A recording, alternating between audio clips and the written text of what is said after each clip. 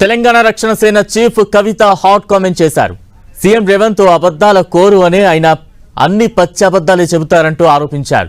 రాష్ట్రంలోని ఆడబిడ్డల ఇళ్లను కూల్చుతూ వారికి మనశ్శాంతి లేకుండా చేస్తున్నారంటూ మండిపడ్డారు.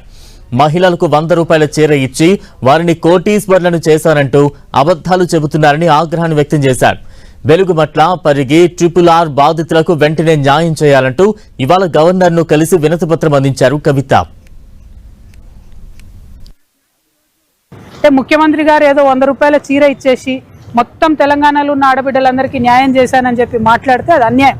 సంపదను కొల్లగొట్టి వారి ఇంటిని, వారి శాంతిని, మనశ్శాంతిని, భూముల్ని కొల్లగొట్టి 100 రూపాయల చీర ఇచ్చి నేను 1 కోటి మంది ఆడబిడ్డల్ని కోటీశ్వరులు చేస్తా అని చెప్పి కర్కోటకుడైనటువంటి ముఖ్యమంత్రి గారు అవాస్తవాలు చెప్తా ఉన్నారు. ఖమ్మం జిల్లాలో వెలుగుమట్ల కావచ్చు, మరి పరిగిలో ఇండస్ట్రీస్ కోసం అక్వైర్ చేస్తున్నటువంటి ల్యాండ్కి సంబంధించిన అంశం కావచ్చు, RRRలో ల్యాండ్ కోల్పోతున్నటువంటి భూ నిర్వాసితులు కావచ్చు, అన్యాయం జరిగిందో తెలుసుకొని న్యాయం చేసే విధంగా మరి గవర్నర్ గారిని కలిసి ఇవాళ వారి మద్దతు కూడగట్టడానికి ఇక్కడికి రావడం జరిగింది.